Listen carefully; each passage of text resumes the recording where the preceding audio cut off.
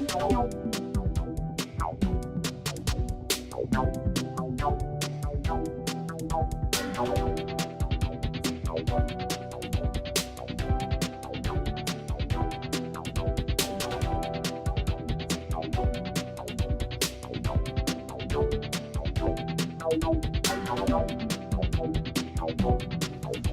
up, nerds? Welcome to Nintendo Pow Block for February 9th, 2018. I'm one of your hosts, Corey Dirrig, and alongside me, as always, that beautiful, beautiful retro code, Edward Varnell. Zach and Ricky coming to Nintendo Switch. Let's do it, Capcom. Ring, ring, ring. Wait, that's not real, is it? It's not yet, but I hope it does. Oh, Dude, I love Zach and Ricky on Wii. I'll have so much fun with that game. We're gonna fight. What? You got me all excited. Dude, like Capcom needs to do it. I was thinking about that today. I was watching some gameplay of it, and it's just like, yeah, this game has some problems, but it was so fun and goofy. Like, this is the old Capcom that I love. And then I don't have it with me, but I pulled out my Shake It Up WarioWare or Wario game. Anyways, I'm doing great, Ed. It's been a long day. I've been real busy. Probably gonna make a couple announcements here on the podcast real soon. So, yeah, it's just been a busy day, man. I've been doing a lot of stuff and keeping up with a lot of this stuff that's happening on non-video game activities, and people who listen to us probably know that I'm a Cavs fan, and they just traded away like 2/3 of their team today. So that's been interesting to watch, and been trying to figure out Monster Hunter Worlds today. World. I don't know. World 1. Singular world. And I need to start that game. I am enjoying that game a lot. I got my first full set of armor today. Nice. It felt really good too. I mean, I'm only like, I don't know, 3 or 4 missions in, but like I've been doing these. I forget what it's called. It's like expedition mode or whatever, where you can just go out into the world and hunt for supplies and stuff. Mm-hmm. And it's basically just kind of like for people who are fans of Destiny, they're just pretty much like when you land in a patrol zone and you go search for stuff to do in the world. So I'm liking it so far. I keep using the Bloodborne and Assassin's Creed weapon like fighting thing though, because like it tells you to use, I'm playing on PlayStation, so it tells you to use circle and triangle to fight, and I keep pressing L or R1 and R2, and those do two totally separate things. So, like, I'm using this giant axe that you can transform into a sword. So R2 transforms it from an axe to a sword, and R1 pulls out and puts away your weapon. So, oh wow! When I go to hit something and I hit R1 and I accidentally put away my weapon, it's like, oops. So, there are different control schemes, though. I'm going to go look at them and see if there's anything I can do that's different.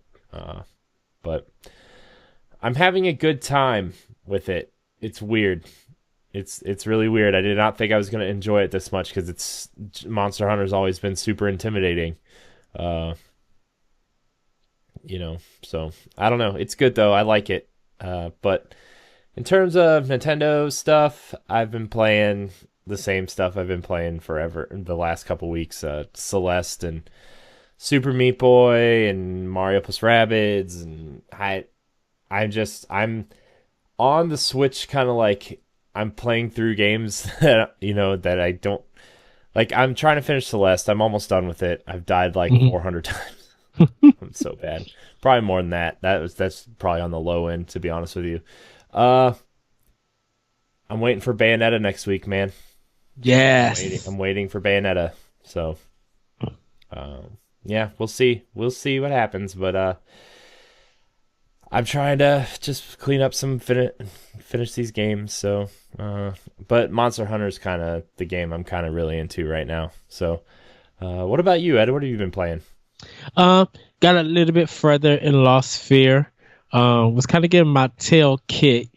It's kind of weird with that game, and I wish it kind of just let you be able to grind to get stronger. Like the difficulty balance is just off. But I'm enjoying that. Of course, Aggressive Explosion Machine, Golf Story, like all the Switch games and stuff. Went back to Yakuza 0, getting a little bit further into that. And then I'm going to be starting Monster Hunter World for 1 and PS4.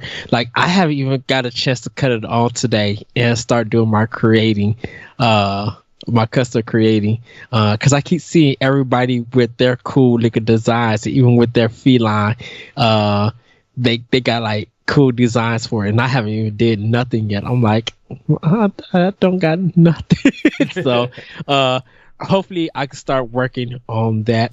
I was just looking at my Wii games, and yeah, I mentioned like Zack and Wiki, and you got me so excited, dude. That game is just so good. It didn't even cross my mind when I looked at it, and I'm just like, now this game needs to be on Switch. Mm-hmm. Like it wouldn't work on Wii U, but Switch, yeah, I could see it working. Yeah. And fixing some things up. I would kind of like them to revisit that. But yeah, I was just looking at my Wii games, and I was just like, some of these games, if they got spruced up for like virtual console, they could be on Switch. Mm-hmm. If they ever decide to do it. But other than that, I haven't been able to play, like I haven't really got to play my one yet, and I kind of want to jump into it, and I want to get back to playing like I said, or start up Monster Hunter 4. I'm gonna hunt Monster Hunter World. So that's what I've kind of been playing, like the same old Switch games, and getting ready for Dragon Quest Builders. I know that by the time this episode is out, it's out, but I haven't got a chance to buy the game. And I do want to pick up Bayonetta 2. And so for next week too, I want to do that. I do want to mention that I have been playing Iconoclast. And I know we haven't talked about this game on Monday's or Tuesday's episode. So I picked it up Monday, kind of almost after we got done recording, and I played for like literally 4 hours. It's really good. It's a mix of Metroid meets Metal Slug meets Cave Story meets Shantae Half Genie Hero meets it's a lot of games in one. Mischief Makers, because of the art design and like the story and just everything that it goes about it. And it's Metroid in a way that it's not all fully connected, but you don't get no energy upgrades. Yeah. You know how like with Metroid you get like extra things, you don't get none of that. Wow. And it's such cave story in the shooting, just on the way that it looks when it's shooting, like in its animations and stuff. And it has a Mischief Maker style to it, by some of the platforming that's around the place. Like because of this, it being such a sprite-based game, it just feels like a Neo Geo game in a sense. So yeah, it's like all that other stuff, but I am really enjoying this game. And surprisingly, this is a game that if it comes to Switch, I guess that's fine. But I'm not jumping at the throne and be like, this game needs to be on Switch. I think it fits good on PlayStation 4. Where something like Guacamelee, like this needs to be on Switch. Like this needs to be on a Nintendo console. Not so much Iconoclast. Kind of weird. I think if it came to anything, I think it would fit better on the 3DS than it would on Switch, in a sense. Man, no. Everything needs to be on Switch, Ed. Everything needs to be on Switch, Ed. Everything. I'm just kidding. Where Night Trap doesn't need to be on Switch. Okay, that's true. Night Trap does not need to be on. Sewer Shark doesn't need to be on Switch either. Ooh, what about the Tony Cross, the Chris Cross make my video games? Nope. No, and then like I was like I said earlier, I was playing Monster Hunter, and that does not need to be on Switch either. Yeah. It's that game is too beautiful and too big and too sprawling to be like. Yeah, I mean, in a sense, it's like it gives me a real Zelda vibe though, in terms of cool. like I didn't really get into this part of Zelda, but there is a monster hunting aspect to Zelda where like you collect the parts of the monsters, you collect their parts to upgrade your armor, and then you can get new armor that you can upgrade through, and each piece of armor has like an upgrade path, and then you harvest food to go to the canteen, and you can either make custom meals or buy pre-made meals already, and like turn in either a voucher or pay for it with the in-game currency, and you eat to get stronger, you eat to get more stamina, you eat to get more health. Like, it has a real Zelda vibe to it, where I mean, and in Zelda, like, you can go anywhere, and in Monster Hunter you have to use your hub to do all this stuff. Yes. But it gives me a real Breath of the Wild feel, actually. And like, I know a lot of people are kind of comparing it to Destiny and being like, you go out on a mission with your friends and come back and upgrade your stuff and turn your stuff in and whatever. But to me, it gives me a real Breath of the Wild vibe that way, where like, okay, I'm kind of out in this open world, kind of doing my own thing, taking down these monsters, whatever. And then, collecting bones and teeth and hide and stuff. And I've decided to go the bone and leather route because even though it seems like the chain link stuff, like the metal stuff, or the non-leather route, it gives you an overall better defensive buff. But there's a lot of things you can do with bone and leather that give you specific defensive buffs. Like, you can be resistant to fire. You can be resistant to water and electric stuff. So I'm going to go that route and see how it works. And the thing is, too, if you don't like the way you're customizing your character, you can respec on the fly. You can if you say you have a weapon leveled all the way up and you decide you don't like it, you can unspec that whole weapon and respec a different weapon with the same points and stuff. Yeah. Oh, that's cool. As long as you have the materials, because different weapons require different materials. But like, as long as you have that, as long as you can spec it out, like, you can do it. So, that's nice. I don't, not gonna say I don't care for Monster Hunter World being on Switch. I think Capcom and Nintendo needs a different art style to do a Monster Hunter game for Switch. Yeah. To make it stand out, because there with Monster Hunter World, I think that's a big gamble.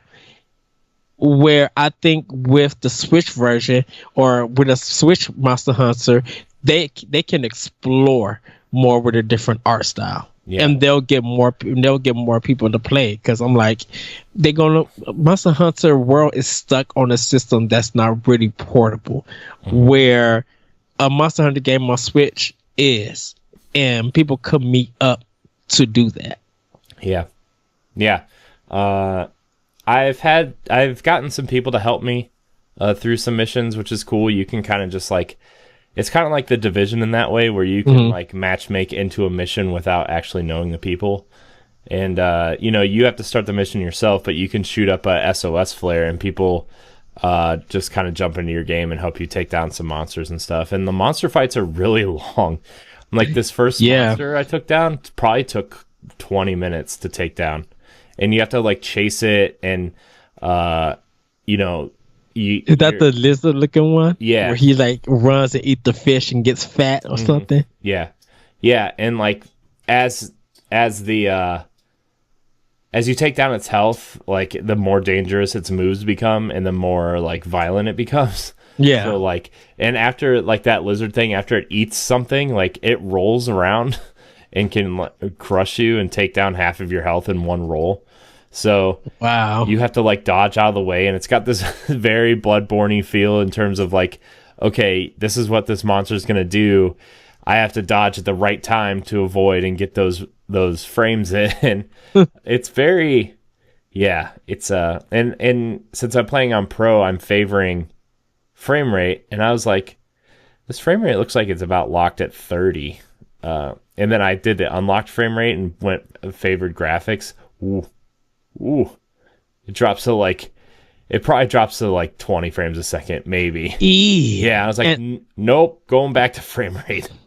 And I know because I'm playing on a regular PlayStation and a regular Xbox that the frame rate is going to just be disastrous.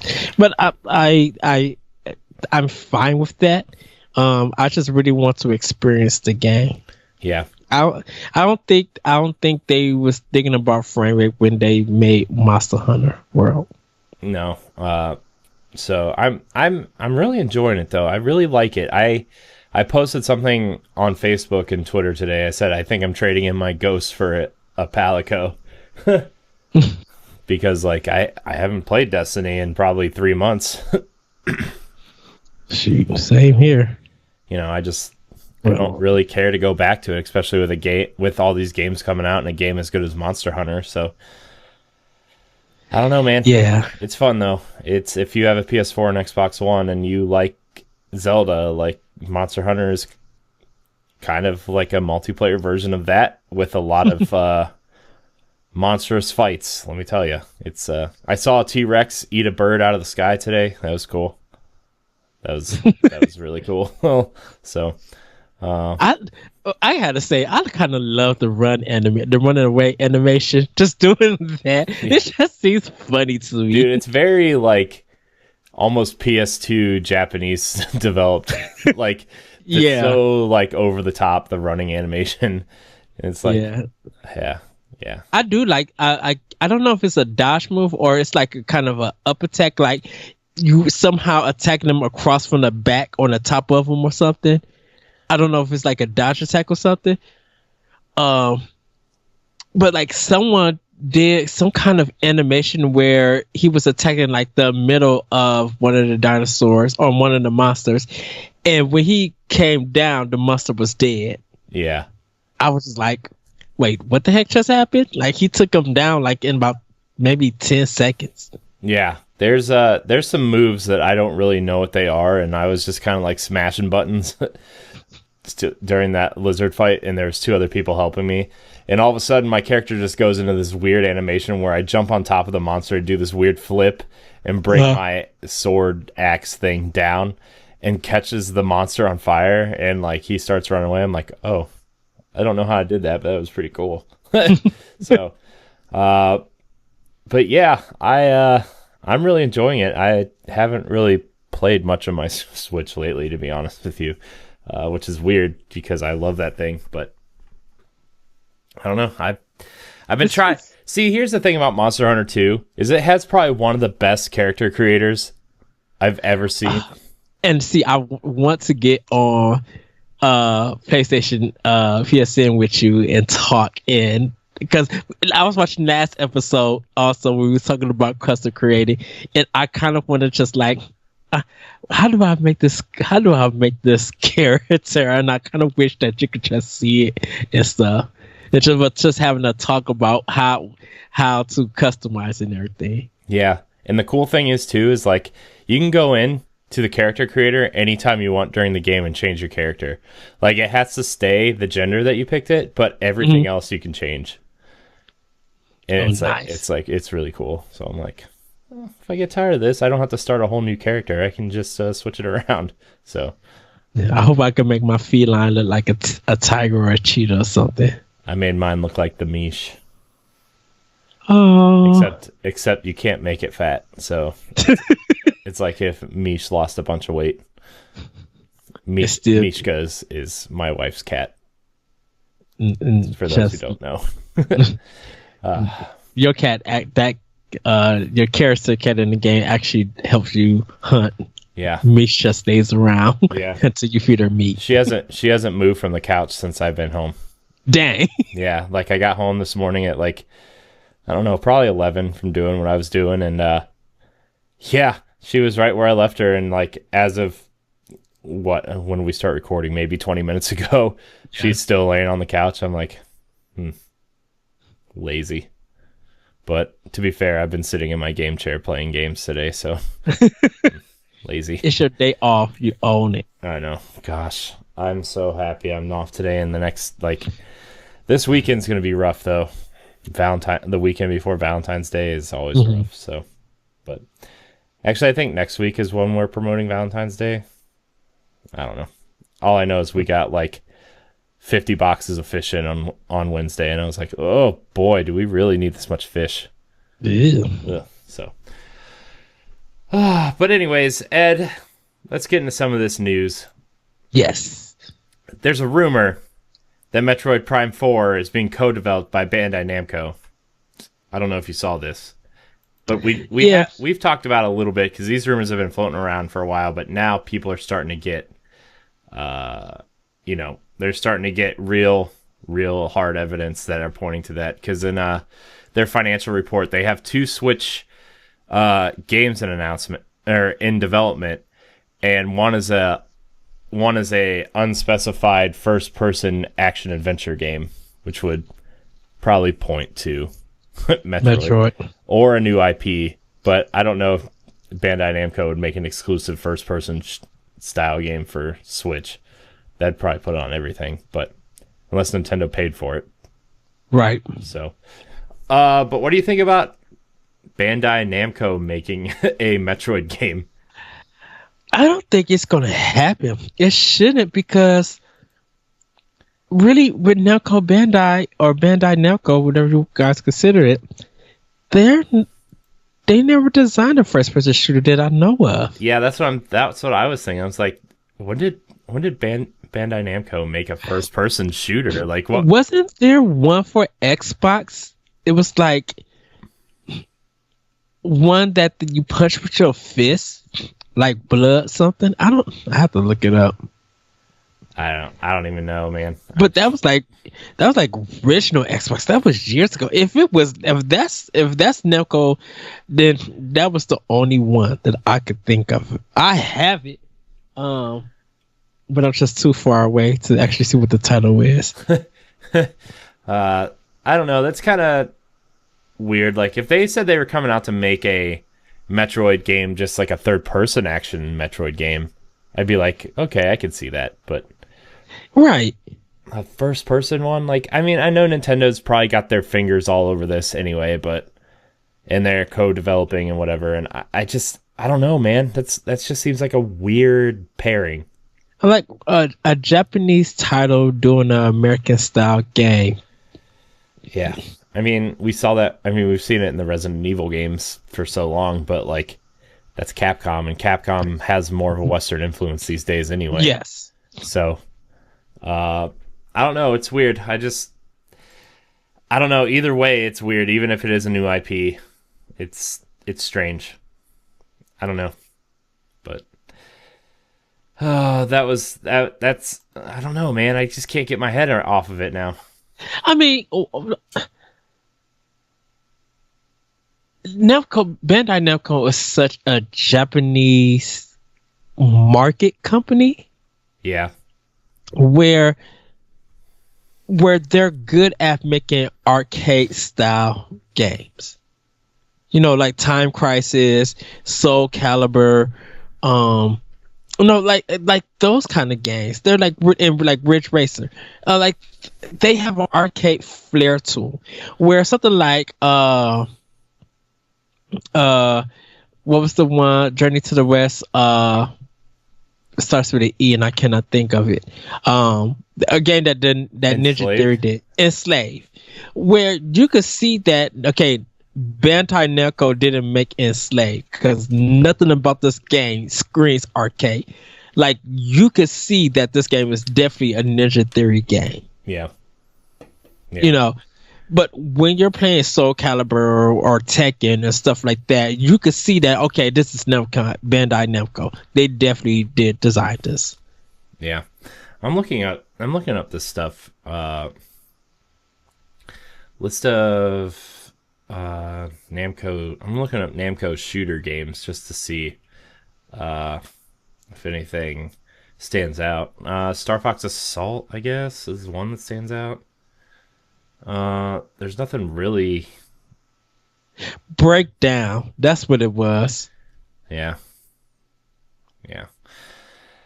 Weird. But anyways, this article goes on. This is part of the rumor article. According to a LinkedIn post from Bandai Namco Singapore employee, the company is working with Nintendo on Metroid Prime 4, one of the most anticipated Nintendo games in a long time. Not only that, his LinkedIn page, which has since been removed, also says they are developing Ridge Racer 8 and that it's a Switch exclusive. Honestly, this is a bit far-fetched. We doubt that Nintendo would leave the rival of a major franchise to a recently opened subsidiary or another publisher. As for Ridge Racer 8 being developed for Switch exclusive, that's a bit more realistic. I don't know. We'll see. I really just think that I think Nintendo wants to be careful with Metroid because the last two, like besides Samus Returns, the last two entries of Metroid haven't been well received by fans or critics. So I'm pretty sure they want to try to get this right. It Other M had its problems, but once again, I was just like, well, you gotta. I still argue this point that I'm like, go back and play Ninja Gaiden 2 from Team Ninja, and then go play Other M. Other M has is better focus and better design than Ninja Gaiden 2. And even though Other M didn't really resonate well with a lot of gamers, you got to give it up that Team Ninja and Nintendo got a really good relationship. Look how well Hyrule Warriors turned out. Mm-hmm. And then everybody's trying to make a Dynasty game from Koei Tecmo. Mm-hmm. Like, you can't deny that relationship that Nintendo and Tecmo has started off with. It might, Other M might have not been good, but it led to better things. Yeah. Yeah. I mean, to be fair, the LinkedIn profile didn't exactly say Metroid Prime 4.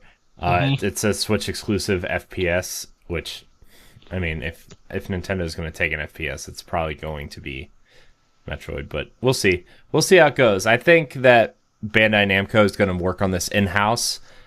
The other thing too is if they might just be this subsidiary in Singapore might just be working on asset creation or a system like a behind the scenes system under the hood type stuff. It's not necessarily them making the whole game because companies do that all the time too. So and Nintendo asset creation. And Nintendo does a lot of research and development on its own. So they take elements from games that might not have worked with this gameplay and sometimes put it on something else. And so Nintendo's probably been doing that and then working with whoever to make that game. And I think we'll see at E3. Who knows? Yeah. I think we'll see a big info dump on Metroid at E3, honestly. Even if it's not coming out this year, I know they want to at least say, hey, look, this is what we got. Even if it's a CG trailer of Samus, like looking at her suit or whatever, like, I don't know. I think they're going to show Metroid in some capacity at E3, and we'll probably figure out by then who's making this game. So, just bring Mother Brain back. I'm ready to fight her again. Let's see here. There's not really a lot of news since Tuesday, really. We went over all the mobile stuff. Man, there's something I did want to go over though. The Ridge Racer 8 one, while you're looking up for more, I'm kind of excited for that. That's a big move for Namco Bandai, because of that game being kind of Sony exclusive. Place like, it's been on that system probably since the first one came out, with the regular Ridge Racer. Yeah, probably since PS1, right? PS1. Yeah. So yeah, Ridge Racer. No, please no. So it really is cool that they want to bring this new one to Switch. And I don't know if the Ridge Racer has been a Japanese arcade game before coming to a console, or if this is going to actually be like it's a sequel and it's exclusively coming to Switch as like a brand new title, Right. without no arcade connections to it. Yeah. Okay, we're gonna move on to this next story. You're gonna be able to buy games on the eShop with Nintendo Gold points. Let's read this article here by our friends at IGN. And by friends, I mean the website. The My Nintendo service rewards have been limited to wallpapers, in-app items, and exclusive discounts since Club Nintendo shut down in 2015. But Nintendo announced My Nintendo users soon will be able to spend gold points on Nintendo Switch games in the eShop. Starting in early March, you will be able to spend any gold points you've accumulated in My Nintendo when purchasing Nintendo Switch software from the eShop on your device, or even via the Nintendo website. You can pay for the remaining balance with Nintendo eShop funds or any other payment method available on the eShop. My Nintendo users won't have to rush to spend them either. Nintendo confirmed earning gold points will be valid for a year, so any points earned in February 2017 can be used up until February 2018. The service date is limited to Switch owners in Europe, Japan, and North America. That's cool. That's something I think people have been begging for a while. But, that's cool that they finally are letting you do that. I wonder why they're not allowing people to use the platinum points. That is interesting. I feel maybe there would be like a platinum to gold translator or whatever, like this many platinums equals this many gold points or whatever. But yeah, that's cool. I wonder how many points I have, because I haven't spent any since I got my Switch. So me neither. I haven't. Heck, because I haven't bought any digital games on my 2DS, I don't even know. I have to look also on there, see what I have. Yeah. So that's probably one of the biggest news stories since Tuesday. It's been slow this week, man. There was a while there where we were like, we're gonna need to do a podcast like 3 times a day to keep up with all the news. But I still think that next Direct is coming real soon. Let's see here. Switch's library is officially 3 times bigger than the Wii U's was at this point. Yeah, that's a lot of games. That's too many games, to be quite honest with you. This is this is from Game Informer. A report reveals the Switch has already sold 3 times the number of games Wii U did at the same time in its life cycle. Oh, wait. This title of this article is different than the article itself. Oh, that's weird. The article says Switch library is 3 times bigger than Wii U's was at this point. And then it says a report reveals the Switch already has sold 3 times the number of games the Wii U did at the same point in its life cycle.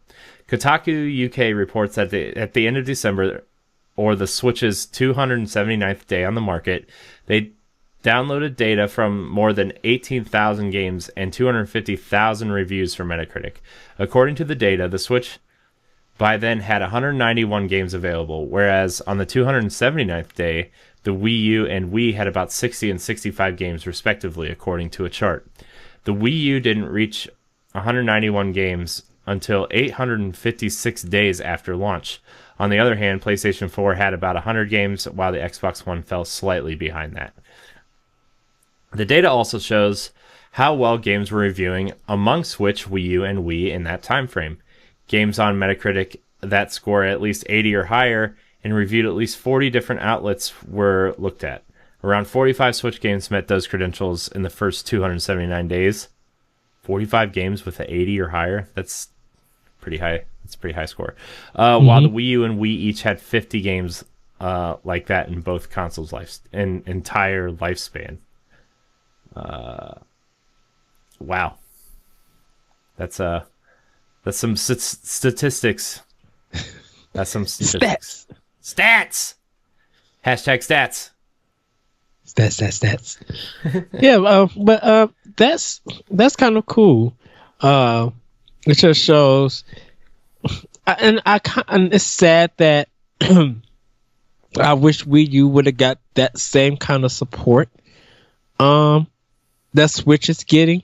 I think the conversation for that system still would have changed if like these kind of games and announcements were happening for it. I think even if Wii U turned into like a indie machine, before like third party was walking away from the system, I think it still probably would have been around today before Switch. But it's great news that we got all these titles on the system, and most of them been great success stories. So, yeah, come on, bring more games. Yes. Okay, Ed. Remember that game Galgun that came to the Vita? Yes. Well, they made a sequel, and they're trying to bring it to Switch. But the game was refused classification on Switch in Germany. The German games classification entity, USK, is pretty strict when it comes to violence and nudity, and they flat out refused to rate Galgun for the Nintendo Switch. Galgun 2 is a Bishoujo game, also known as a pretty girl game, or a gal game, hence the title. Its gameplay features young girls in often suggestive clothing, which the Germans did not appreciate and considered worthy of rating. The German players will still be able to buy the game digitally or even in stores as long as they're 18 plus, so it's not a complete disaster for the developer.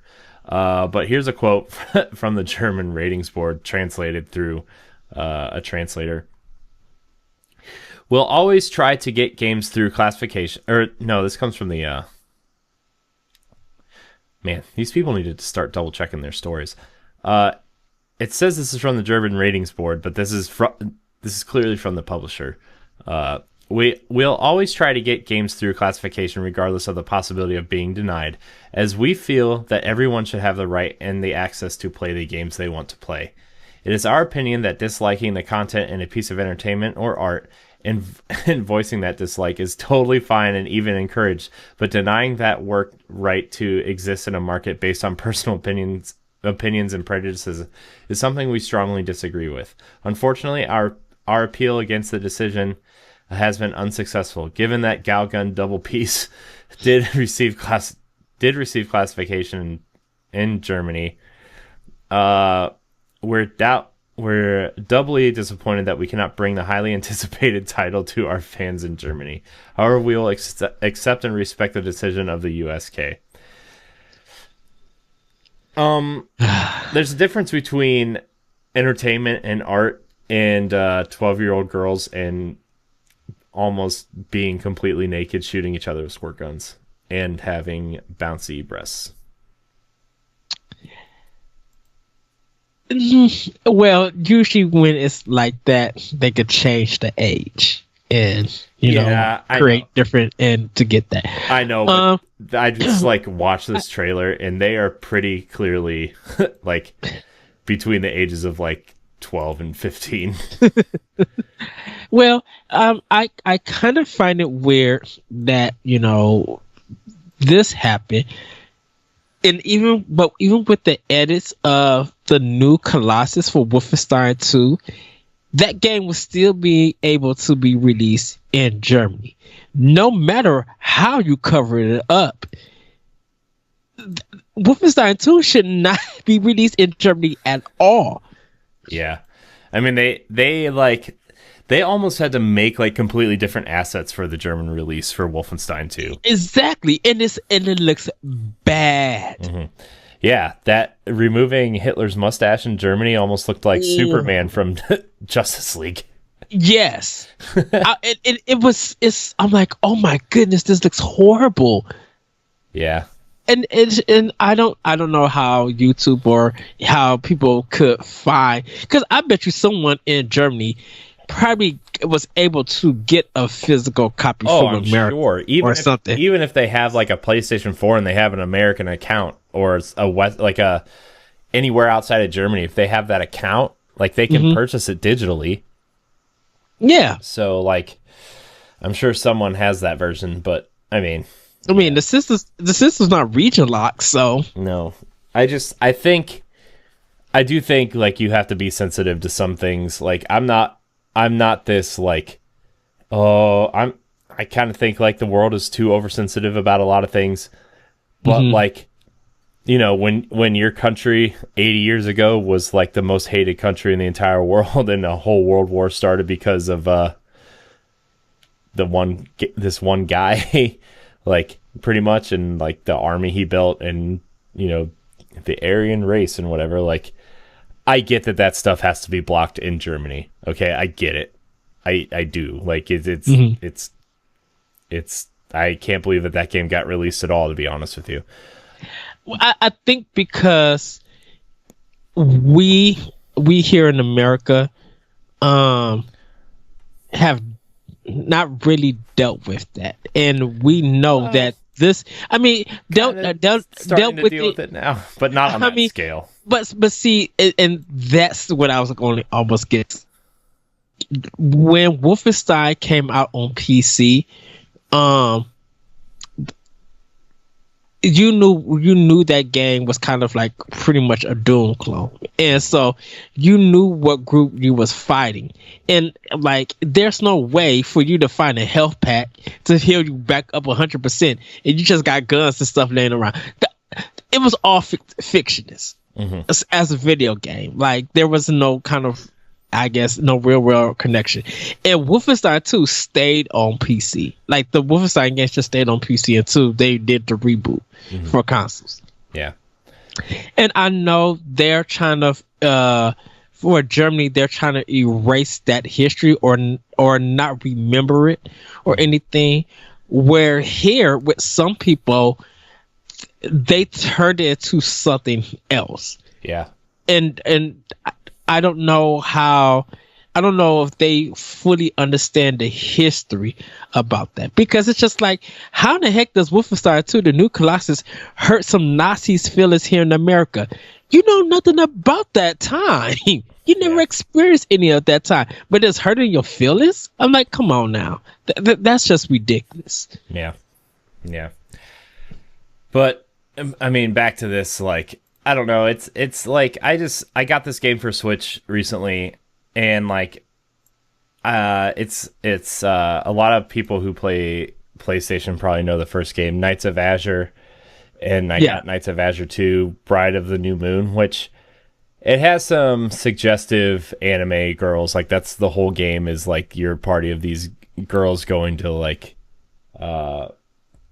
you know, like the premise of the story, I forgot to talk about this one, about what I was playing, but you know, the premise of the game is that you play this knight, this girl, and you are charged in protecting this kind of, I don't really know how to explain it. She's like this wizard girl who needs to be sacrificed to kill the moon bride, which is like this or the moon witch, who's like the villain of the game, right? And like the story's like, it kind of sounds dumb on paper, but the story is really interesting, and I'm probably like 3 or 4 hours into it. It's an action RPG, and the story's really interesting, and like the game's fun to play and stuff. It plays kind of like a more sophisticated Dynasty Warriors type game. Like I was telling you when I was playing it, it feels kind of like Fire Emblem Warriors, to be honest with you. There's like light attacks, heavy attacks, and like, but there's not as many enemies on screen. There's only probably about 6 to 10 enemies on screen at a time, because it's supposed to be an action RPG, not a Dynasty Warriors game. Yeah. And like the story's really interesting, and like the art style's really cool, except for like all the girls are in like these revealing outfits, and like I was like, oh, that's like the gameplay I was watching online, like it looked like a really fun game, and they weren't showing any of this stuff, and like it's just like some of it's kind of weird, but like I don't know, this game takes it a little bit way further than that. Like, and like I get it, like that's why a lot of people like Fire Emblem Heroes on phones, is because like, you know, they get to collect all the different characters, and like they promoted an event, swimsuit event, where like all the characters, even the guys, were like in these revealing swimwear, and everybody was like all excited about it. And like I've seen that kind of crossover a little bit into the Fire Emblem games proper, but you know, this is like taking it the next step. They like the developers are even have like dev diaries on how they got to how they developed like boob physics and stuff. I'm like, huh. But you have to sometimes be an anime fan to understand like the boob physics and the penny shots and stuff like that.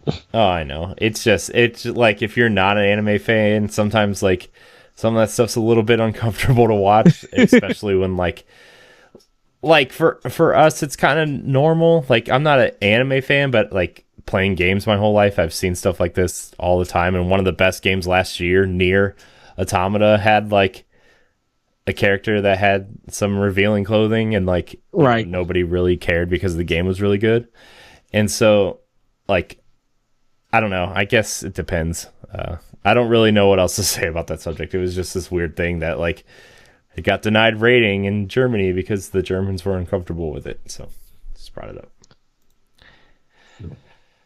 Okay, let's get away from the uncomfortable stuff before I start, like, whatever. Anyways. Come on. My internet is being really slow. They were on top of our roof today. Oh my gosh, the cat moved. They were on top of our roof today, like fixing everything, and like ever since then our internet's been like super slow. And well, Corey, can I ask you while you're looking for the next story? Pillars of Eternity 2 Deadfire is coming to consoles, and it's going to be hitting Nintendo Switch. Do you think this game will be a test run for PC style games? I mean, we have like 9 I don't even really know what Pillars of Eternity is really. Like I saw that earlier too. I'm thinking it's like a MMO style game. I think, or because I still need to pick up 9 Parchment because that has such like a top down MMO style game. Yeah, I don't know, man. I mean, I see a lot of PC things coming to Switch, and like this kind of, I don't know, it kind of looks like a no, I don't want this. It kind of looks like a Diablo style game. Yeah, which is like something I thought like could probably fit on Switch very well. Like Diablo I always thought would fit Switch well, and like 9 Parchments kind of gives you that idea of a Diablo style game playing well. And this kind of gives you that old school Diablo feel. And we already saw like Titan Quest is coming out soon. This kind of reminds me more of Titan Quest than Diablo. Okay. I mean, it kind of actually looks exactly like Diablo 2, to be honest with you. The way like the characters are fighting with each other, and the menus down at the bottom. I don't know how all that's going to work on a controller. But to be honest with you, some PC games just don't translate well to consoles. And man, they did a good job of Diablo, but it takes a lot of effort to make something like that work on a controller, where like the Diablo 3 for PC is like a lot different than the console version. You know, you have to click to where you want to walk instead of actually just walking there yourself with a control stick.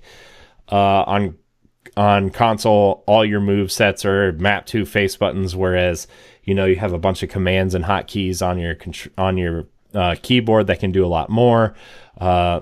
There's a lot of customization on PC that wasn't in the console versions for a while. So something like this with a huge hotbar and like a huge communication system, like I don't know how that's going to translate. And even other games outside of that realm, like... Hold on one second. Yes? Okay. Sorry about that, everybody. I mean, this is going to be a shorter episode anyway, so we can wrap up after this, because Asana already texted me and said, hey, can you start dinner? I'm like, I guess. Yeah, Nash just got time for dinner. Yeah. But anyways, back to like, Roller Coaster Tycoon, they just announced all of the features for the Switch version, and it's very along the lines of Roller Coaster Tycoon 2, where it's the grid-based stuff. returning from Roller Coaster Tycoon 1. There's open mode where you can kind of build the park without having any repercussions. There's a scenario mode. There's you can build roller coasters and upload it to their server that other people can download, stuff like that. But even then, like, we got Roller Coaster Tycoon on consoles. Like, everybody forgets that, but the first Roller Coaster Tycoon came to Xbox, the original Xbox, and it was atrocious. Like, it was bad. It was really bad. And so, like, I'm concerned about the Switch version and bringing stuff like, Titan Quest and Pillars of Eternity and games of that nature. They could work, but the developer has to put the effort in to make it work on console. Yeah, and I think like the demo from like 9 Parchment, I think will fit like Titan Quest and Pillars of Eternity too. Like, give us a taste to see what we can expect, and so that we could give them feedback and be like, I'm looking forward to your game if you guys could fix this or patch it or something like that. Yeah, because I don't know if we ever had a talk about PC games working on Switch, but if games like this can work on Switch and they do good numbers, I'm down for more of them. Because I kind of will play Diablo 3 on Switch or Diablo 4 if they ever made it. But I'll see how I'll see more to the future for these kind of role playing games. Yeah. Like, I would love the next Diablo to come to Switch. Don't get me wrong. I think the Switch is the perfect platform for something like that.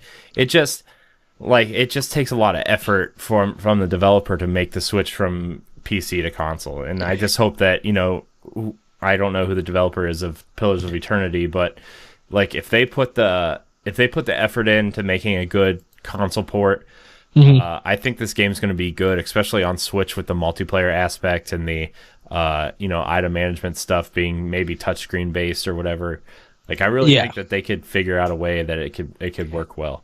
I kind of want to see how Blizzard will react to this game, because if Blizzard's not putting none of their style games on Switch and all these other developers are, I think if it grows into a bigger community, I think Blizzard might create something new, might try it out or something. Like, I would love to see them try to do something, or at least play their game and just offer some good criticism or feedback. Like, help the other developers who really want to put this style game on Switch. Yeah, it kind of surprises me that Blizzard hasn't tried at least to put something. I mean, Diablo, it's a little too late. Diablo 3's been out forever, but like, I don't know. I mean, it just surprised me that they haven't tried at least something. Like, Overwatch would be the most obvious one, because it's their newest thing. It's really popular. Like, it's made to run on low powered machines.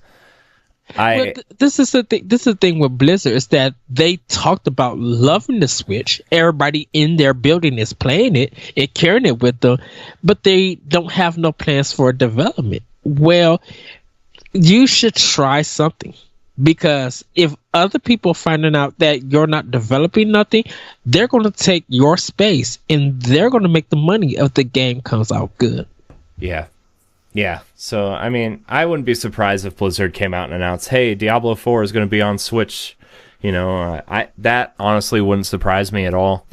But we'll see. I think the Switch came out at a weird time for Blizzard, and they just said, it's not worth us porting a 5-year-old game over to Switch right now, because we know our next game, if this thing, now that they've seen that the Switch is taken off and is successful, they can be like, okay, well, Diablo 4 can probably run on a lower end machine, so we can probably make the effort to port it to Switch. The last news story, which, this kind of came out last week. We just haven't really talked about it. The Project Octopath Traveler demo has been downloaded over 1 million times, and Square is sharing updates for the title. The demo for Octopath Traveler, an exclusive RPG for Nintendo Switch that blends HD visuals with pixel art, has been downloaded over 1 million times. The main purpose of the demo, which released on September 13th, was to receive player feedback of the game through a survey. Nintendo released a video today in which developer Square Enix gives a sneak peek at how 45,550 responses from the demo have helped shape the final game. Instead of holding the B button to run, characters now automatically run when the control stick is pushed all the way in that direction. The B button now makes pressing B now makes the player sprint. However, enemy encounter rates increase the faster you run. Faster travel, faster enemy encounters. This was not in the demo, but it has been added to the final game. General visibility has been refined. 10 save slots, one of which is for autosaves, will be available in the final game. Players are now less likely to accidentally overwrite a save. Event scenes can be skipped. Even if you enjoy an event scene, the replay feature allows players to rewatch them. And finally, with gameplay difficulty, Square says that they are refining the balance so battles can provide a good challenge without being overly frustrating. Project Octopath Traveler is slated to release later this year, and you can download the demo still in the eShop. So, such a good demo. I can't wait for that game, man. That game is gonna be amazing. Like, it might get an 8.45 or 9 for some people, but I think it is definitely for Switch players one of the most anticipated games of 2018. Yeah. Like, it's kind of on everybody's list. Just like, give us the game. I think that art style alone blew everybody away, and everybody's like, "What is that game with the cool art style?" And even if they don't like RPGs, I bet some people will pick it up based on the art style alone. Yeah, that art style's so good. Yeah, I can understand the faster encounter rate, which is going to be good because they'll be like, "Yeah, I could grind now. I'm perfectly fine with that." Yeah, but it's one of those, you need to be by a town and you need to be closer to an end because you're going to be going in and out because like it don't start you off with magic to heal, and you kind of don't have no money to like buy potions. Yeah. So the end is like 360 because that's what I did with mine. I was grinding too. Yeah. Using that end. Yeah, it's I can't wait for that game, man. Oh man, I cannot wait. I can't wait. Yes, but yeah. Anyways, I know this has been kind of a shorter episode. It's been a short week, and it's been a short week in Nintendo news, but it's been a long, at least for me, it's been a long week. So, I've got some announcements coming up later for this show and other places around NGR Radio. I can't really say anything now, but maybe next week. Next week, we're going to do a question block episode. Please get your questions in, unless a major direct drops next week. We are going to be doing a question block episode. Yes. So get your questions in. We want to hear them. We want to talk about them. You can email us at nintendopowblock@gmail.com or tweet at us at NGRPowblock or comment on one of our photos on our Instagram page. Like, subscribe, and share. Especially our road to 500. We need to get those 500 subs because we get some cool YouTube perks. And you guys have been pretty supportive so far, and we would appreciate it if you would continue your support. Even if you don't watch the videos, we would like you to subscribe. So just hit the little red button. Just click the link in your audio feed. It'll send us. It'll send you right there. So like, subscribe, and share. Rate us on iTunes if you're listening to us there. It really helps with discoverability and any other podcast app that you are watching us on. And I think that's about it. Ed, where can we find you? You guys can find me on Twitter at ThatRetroCode, and you can check out my podcast, Optional Opinion, on SoundCloud, iTunes, Google Play. By the time you guys hear this, my second Butcher Game Awards episode will be live, so you can check out what I thought is the defining game of 2017 and other fun topics. Everybody also check out our mini blocks here on YouTube, our YouTube exclusive content. Who knows, with Nintendo, they might throw something and be like, you watch. They're going to be like, hey, tomorrow morning, they're going to be like, hey, we're dropping a direct tonight. And we'll be like, oh. So, but it's okay. If that happens, I'll be home at 9 o'clock and we can do reacts to it. It'll be all good. Be all good. So, you can find me at CoreyandHD on Twitter and Instagram. You can find me on NGR Radio proper, ngrradio.com. Download our whole suite of family of shows. Yeah, we're back on top, so take that. Nerd's Gone Platinum. Pow Block's back on top. Ha! But yeah, so anyways, thank you so much for watching. Next week we'll have a Pow Block or a question block episode. And until next week, we love you. Bye.